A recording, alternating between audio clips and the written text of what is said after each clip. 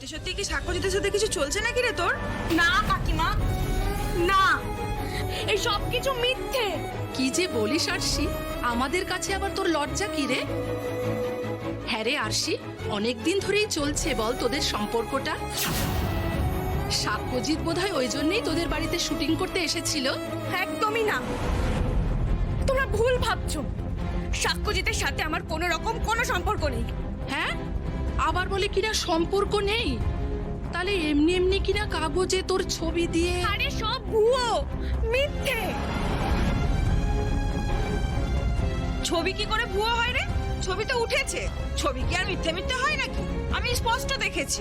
আরে ছবিটা উঠে গেছে কোনোভাবে। আমাদের দুজনের এক জায়গায় দেখা হয়েছিল, আমি সেখানে পড়ে গেছিলাম এবং সাক্ষ্যজিৎ আমাকে ধরে নিয়েছিল।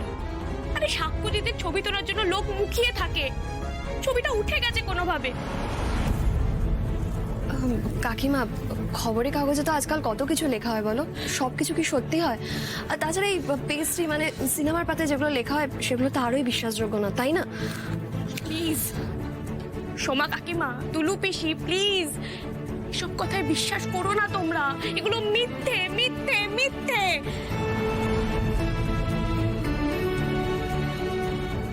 তোমরা তোমাদের আরশিকে চেনো না?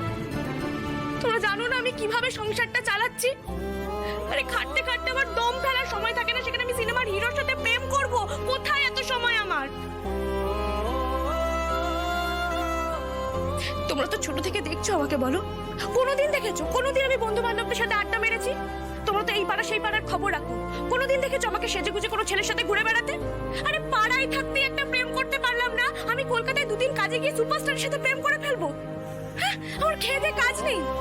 প্লিজ একটু বোঝো, প্লিজ। কাকিমা, এগুলো সব মিথ্যে রটনা, ভুয়ো খবর, এগুলোতে কান দিও না। নদী, কাকিমারা দয়া করে আপনারা আসুন। ও কলকাতা থেকে অনেক পরিশ্রম করে এসেছে, ওর বিশ্রামের প্রয়োজন, আপনারা আসুন প্লিজ। হ্যাঁ চলো চলো।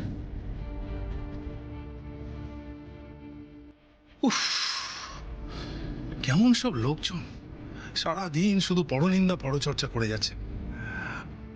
আসিমা, তুই ওদের কথায় কান দিস না, তুই তুই মন খারাপ করিস না, তুই আমাকে সবকিছু খুলে বল তো।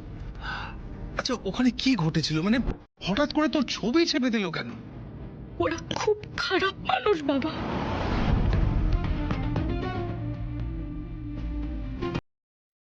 স্বার্থপর। ওরা নিজেদের লাভের জন্য আমায় ঠকিয়েছে।